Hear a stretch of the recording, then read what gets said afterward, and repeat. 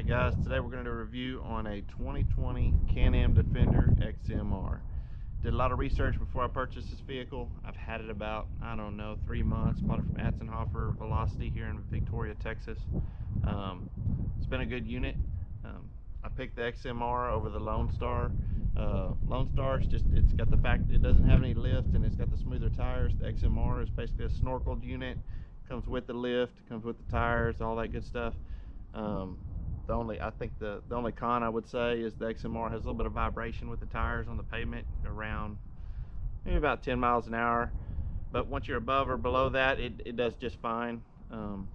But to have a vehicle that's lifted, it's designed, all the angles are right, speedometer's right, all that stuff is ready to go, it's worth it to me. So let's take this thing for a drive. Let's walk around it and show you all the ins and outs on it. One of the things you'll notice on this one is the XMR only comes in camo, so if you order it, that's what you're going to get. The tires are ITPs. Looks like some cryptids. They're 30 by 9 by 14s. Got adjustable suspension. One of the things to note also about this vehicle is if you look at the bottom of it, under here, you will see it is a solid skid plate, which I've been taking advantage of that. We'll show you some piles here in a little bit. With the winch, nylon rope. It's got a release clutch on the side also. It's pretty nice. I did put the poly windshield on there to begin with. And hauling it down the highway, one of the things I noticed is that poly windshield was flexing a little bit, and you can tell if you see a poly windshield, it's going to have some supports on the center for that reason. When you're going down the highway or pulling it, it's got extra supports built in it. So I ended up pulling that back off and ordered the Can-Am full glass. A lot happier with that. I like the seal better. I like that it doesn't flex, and it also has the spot in the top for the wiper washer assembly if you want to add that, if you see it up there in the top. One of the other things I added was just the side mirrors. I guess if you're going to do the doors, these won't work, but if you're not doing the doors, you can add those. The front seat is nice, folds up on these. It's got a little Can-Am storage box here. You can use it for ice chest or whatever.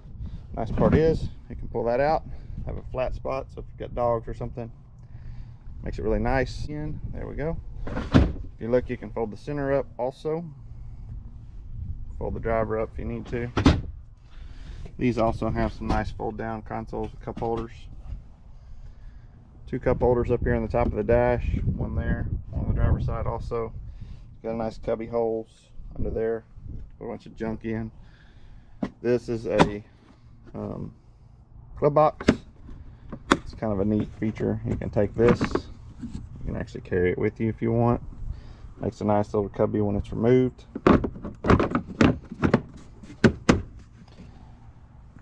Pretty quality built. The seats are very comfortable in this unit. I do like that they wrap you a little bit. And then you have the same fold down console here on the back. Like I say, cup holders. If you want to fold these up on the back, you can have a true flat floor. Well, got a little hump, but across the back to put stuff in, which is nice. Ended up going with just the plastic roof. I didn't do anything special on that. It's been okay. I've had to put a little bit of weather strip in some of the clamps just to keep some of the rattling down. I've got most of the little rattles and noises out. Those things just drive me crazy. And I just put the SSV, it's the SSV Works unit, bolts up here on the top. Looked at all those tops, they're pretty high dollar. I'm not sure I was going to spend that much. Nothing against them. I had the Stealth 10 bar before. Let's just say I decided to go with this. It sounds pretty good. It's Bluetooth. It's also got an interior light.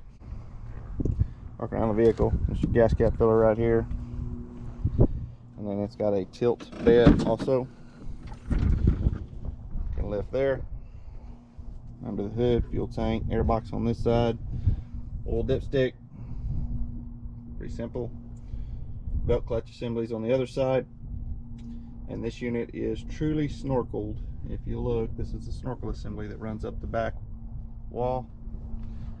And I am going to order a rear windshield for it. When you put it in on Canam's website, it excludes the Defenders because of this snorkel kit. But the one I was reading from Super ATV has a spacer kit, and I can order that one, I think, already tinted. So I'm probably going to go with the solid glass with the from Super ATV. It's already tinted. Just got to get that ordered to get that here. One of the nice things, state of Texas, you can now register these. There's a little bit of rules and regulations on that. You have to read about them. But it does have two nice little slots that are drilled in back here on the back. And those license plates bolt right in. Didn't have to drill anything, didn't have to do anything. And it's got a full 2-inch receiver. Standard tailgate.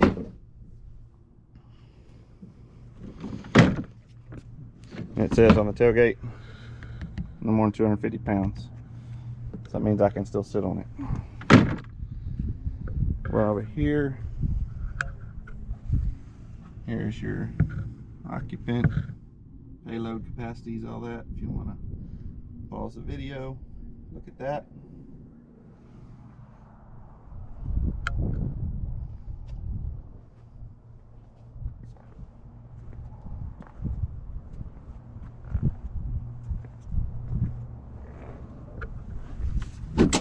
Open this just to view the belt assembly, clutch.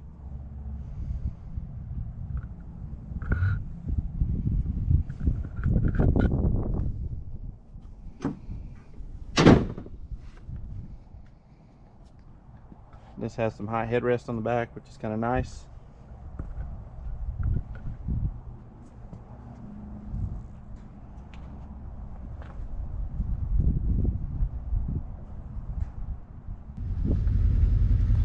We'll go through the dash real quick. This side you got your headlights, high and low beam. Got a nice little storage compartment, got some trash in it. That's what those are good for. Your winch controls are right there. It's got a nice instrument cluster with a lot of information. We'll go over that. T-switch, 2-wheel drive, 4-wheel drive, your front differential lock, mud and trails, 2 different ECM programs for how the engine accelerates and runs. And then these are your controls for your menu. The other thing is this one has a rear differential locker also. So it's really nice. If you come back over here, you look at your main menu, if y'all can see that. You can go to the 4x4. You see the front end kicked on. If I hold the front differential lock, you can hear it. Actually locks the front differential. You can hit the back. You can actually lock all the differentials. And it's ready to go. You can do it in high or low range, which is nice. Go back to 2-wheel drive. Pull that back out. This unit has about 101 miles on it. We go through drive modes. It's got a work mode. It's got an eco mode. This mode's really good if you're letting your kids drive, because it just has a lot less ump. It's not going to take off and run you into a tree as bad. Turn economy off, work mode, eco mode, and that's just the standard mode right there. It's got 2 trip meters. Like I said, it's got 101 miles on it. We got 18.2 hours. And then we go to the menu, and you can go through and set up your, let's see, let's go back. Shows your battery volts, settings, RPM, speed stat. You can see here, 66 miles per hour, fastest I've been on this vehicle.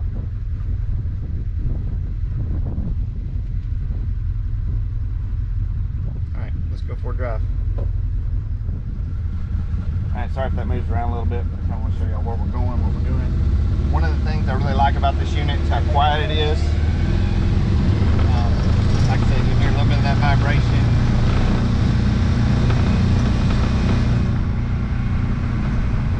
But the unit basically drives like a car. Steering is very, very light on it. Very easy to turn and maneuver. Throttle's very responsive, and the brakes feel really good on it. So, really like this unit. I've had a lot of side-by-sides. We've been very impressed with the way this one handles. This feels good. It's very peppy.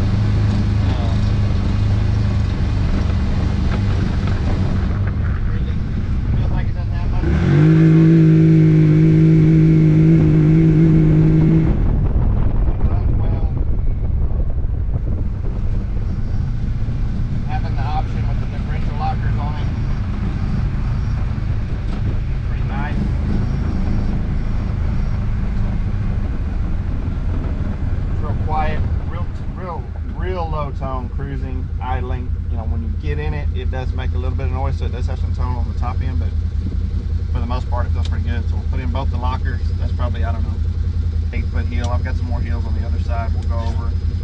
But man, when you kick these lockers in, the difference is, you know, at low range, you don't hear any of the belt noise at low range. Very quiet. I mean, just for crawl power, I mean, I'm barely pushing on the gas. Like I said, it's probably at least 7 foot in the air, you know what I mean? Pushing the back tires over it. It doesn't take much throttle.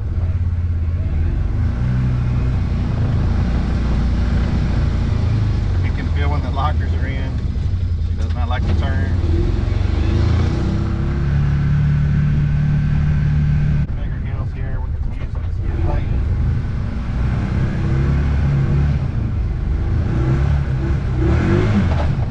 Spinning around a little bit.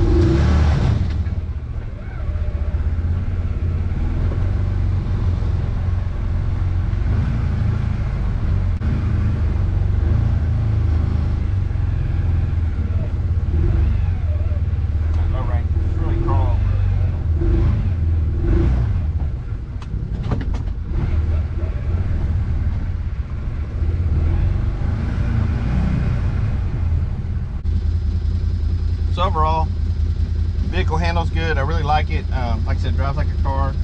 You know, it's got a little higher price point than the Lone Star, but you look at buying a Lone Star and then you put wheels and tires on it and you do all that, you know, you're going to run up there anyway. The windshield, the accessories are all pretty expensive. By the time you start decking one out, you know, if you're looking at possibly wanting an enclosed one for the winter, you might want to look at the Limited, because by the time you buy one of these and you add all the stuff to it, you don't quite get to that number, but you get halfway to that number, right? And so I guess, you know, if you want an open vehicle or you want the air conditioned one, you know, you got to make that decision on your own. I like to be able to sit on it and hang out, talk to people. You know, I don't really want to be closed up. I guess if you're going to do more hunting or lease work or whatever, you don't care and you want to close up and be in the AC and heat, then, you know, look at going that route. But overall, nice vehicle. Very impressed with it. We'll see how it holds up. We'll do another review on it here in about 6-7 months. Had no problems with it since I bought it. And anyway, so now I guess we ought to see what it can pull, right? Let's pull some stuff out and see what we can drag with it. Alright, so the question I asked on the page was, will a 2020 Canam XMR pull a 25,000 pound monster truck? You're fixing to find out.